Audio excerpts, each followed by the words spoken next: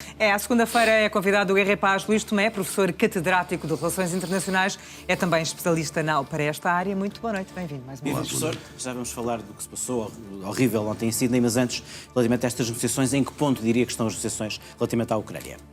Bom, todas as partes dizem que estamos mais próximos, que as conversas têm sido profícuas, mas a verdade é que Zelensky sempre falou em três tipos de documentos e nós sabemos que há três grandes questões que ainda estão em aberto.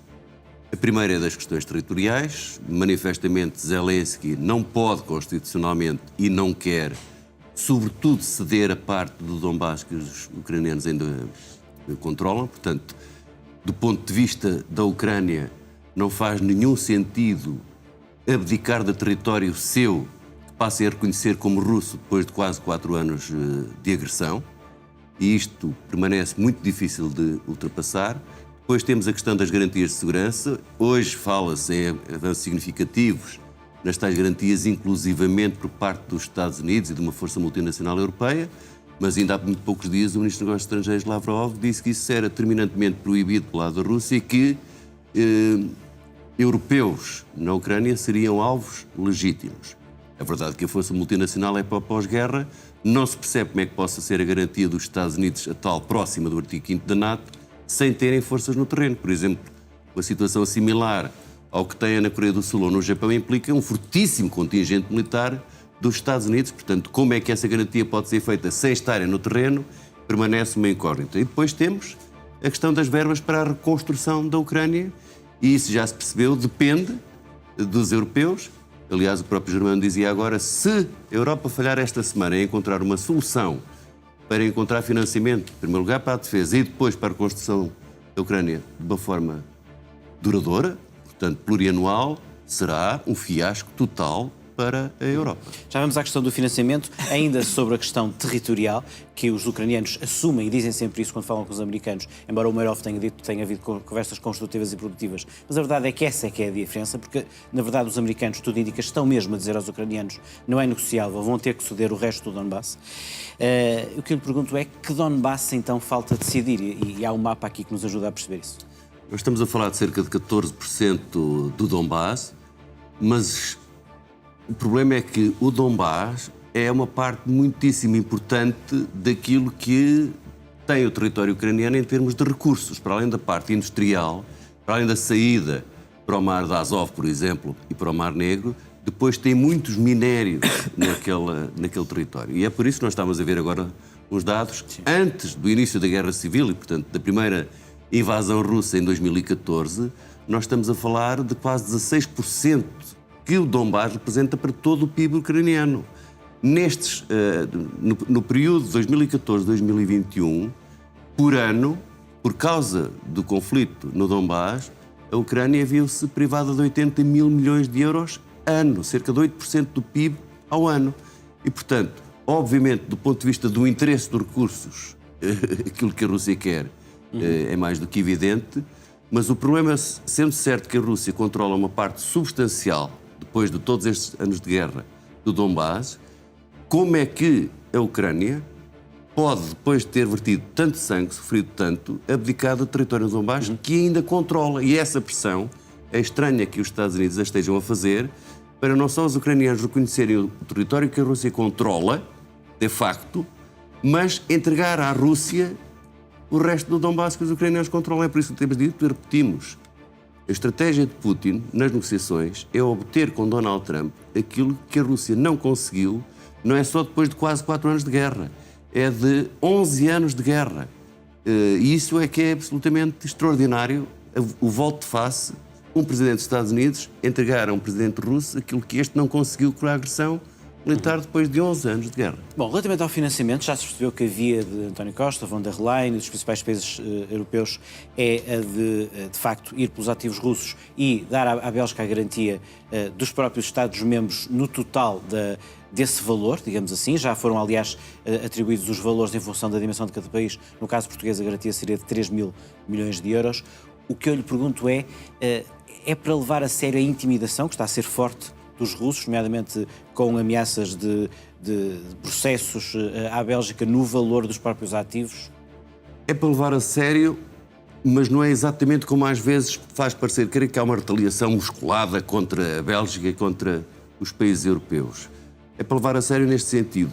O plano A, proposto pela Comissão Europeia, que estão a discutir, é uma espécie de confisco. Porque, na verdade, se recorre a um financiamento à Ucrânia, utilizando os fundos russos que estão congelados, e depois a expectativa é que mais tarde a Rússia, no fundo, abdique desse dinheiro e, portanto, os países europeus não vão ter que reembolsar verdadeiramente este banco, este fundo belga. Mas ninguém pode acreditar que verdadeiramente a Rússia um dia vai abdicar de todos estes fundos. E, portanto, a Rússia vai assumir isto como um confisco e toda a narrativa é para criar o temor de que em nenhuma outra parte do mundo se confia em depositar dinheiro e fundos soberanos de outros países na Europa. Uma possibilidade diferente é negociar noutros termos, mas o problema é que o ónus, o custo, vai sempre ser pago pela União Europeia. Ou para assumir a responsabilidade de mais tarde ou mais cedo, se a Rússia não abdicar destes fundos, a União Europeia compensar e, portanto, o contribuinte europeu pagar esse custo, ou então fazer diretamente a União Europeia garantias sobre verbas que venham a ser emprestadas à Ucrânia e que, no fundo, a União Europeia serve de financiador, de credor, como fazem os pais com os filhos quando compram a primeira casa. Em qualquer dos cenários, a União Europeia tem que assumir a responsabilidade de suportar e de servir de credor a dinheiro que vá para a reconstrução da Ucrânia. Congelando os ativos russos na expectativa de que mais tarde a Rússia abdique definitivamente deles, como uma espécie de reparações de guerra, não acredito que Moscovo vá por aí, ou tomar a posição de força e vender a mensagem de que isto se faz, no caso concreto, de Rússia, e não é um exemplo para seguir noutros casos. Tentar desmontar a narrativa e os problemas legais que daí advêm. Bom, nós temos cerca de 4 minutos e ainda queremos falar desta questão do terrorismo. O ataque de ontem numa praia de Sydney, na Austrália, contra uma comunidade judaica, vai lembrar-nos a todos, como coletivo, de que o terrorismo pode voltar a recrudescer? Vem, mas a mensagem é mais grave do que essa. Porque nós estamos a falar de um evento judaico que, mais uma vez, foi alvo de um ataque terrorista. E o que acontece nos últimos anos, sobretudo, enfim, em função da guerra em Gaza, é que nós temos repetidos discursos que visam e instigam um ódio contra a comunidade judaica e contra o Estado de Israel. E nós temos dados, como este quadro que estamos a mostrar, que no Ocidente a motivação principal é política, não é religiosa. Mas nós, no caso da comunidade judaica, nos últimos anos, temos uma confluência de narrativas que vêm da extrema-direita, de racistas neonazis, que vêm da extrema-esquerda e que vêm de extremistas radicais e terroristas islâmicos, todos confluindo contra um ódio comum, neste caso, judeus.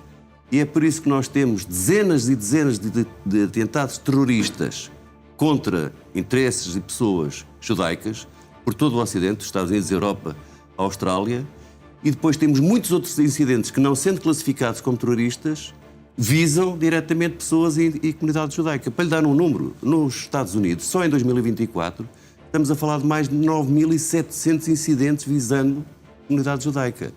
No Reino Unido, estamos a falar de mais de 4.000. Na Austrália, no ano passado, mais um recorde, na Austrália, estamos a falar de mais de 1.700 incidentes visando a comunidade judaica.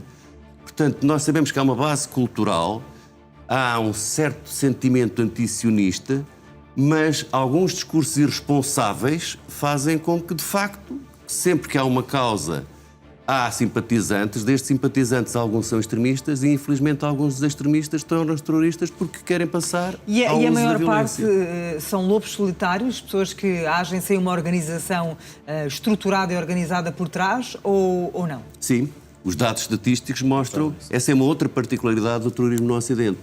O grosso, sobretudo nos últimos anos, desde 2017, passamos de uma percentagem de 55% para 92% dos atentados terroristas são de lobos solitários. Como sabemos, é muito mais difícil de prever e de combater. Agora, os lobos solitários também não são tão solitários como às vezes se presume, que é uma pessoa que isoladamente sai do quarto e vai fazer um atentado. Mais de 60% anunciam a sua intenção ou numa comunidade digital ou a familiares ou a amigos. e depois há uma dinâmica coletiva de lobos solitários. Perante certos fenómenos, como nós vemos, há momentos em que muitos lobos solitários que não têm ligação entre si se sentem motivados a atacar certo tipo de alvos, como agora nos últimos 2, 3 anos, por exemplo, por razões islamofóbicas ou, em particular, antissemitas, e, portanto, isso também significa que as autoridades que vigiam o terrorismo não podem pôr de parte quem pré-anuncia uma intenção. E isso faz parte. Podia só No caso da Europa. os últimos dois, no instante, só mesmo Nós já esgotámos Sim, sim. o tempo, Ok. Já esgotámos o tempo, Ok, portanto, ok. resta-me agradecer. Discutiremos isto Continuamos noutro para, momento. para a Sim, semana. pegamos, estamos a ver. A dinâmica Muito coletiva. bem. Depois Obrigado. temos os quadros Para a para semana. ver, Sim, sim. porque as pessoas não têm a noção de que na Europa o maior número de atentados não é do jihadismo. Segundo a Europol, é da extrema-esquerda e anarquista. Depois temos ainda etnonacionalista e separatista. Depois o jihadismo, só depois a extrema-direita e ainda há outros. O fenómeno é multiforme, abrange-nos a todos e não se pode confundir terrorismo com jihadismo. Há muita motivação política e, infelizmente, muito discurso político é um que tema com instiga. certeza a analisar e Vamos voltar, desenvolver certamente, infelizmente. neste Guerra e Paz. Obrigado, Sr. Luís professor. Tomé, muito obrigada.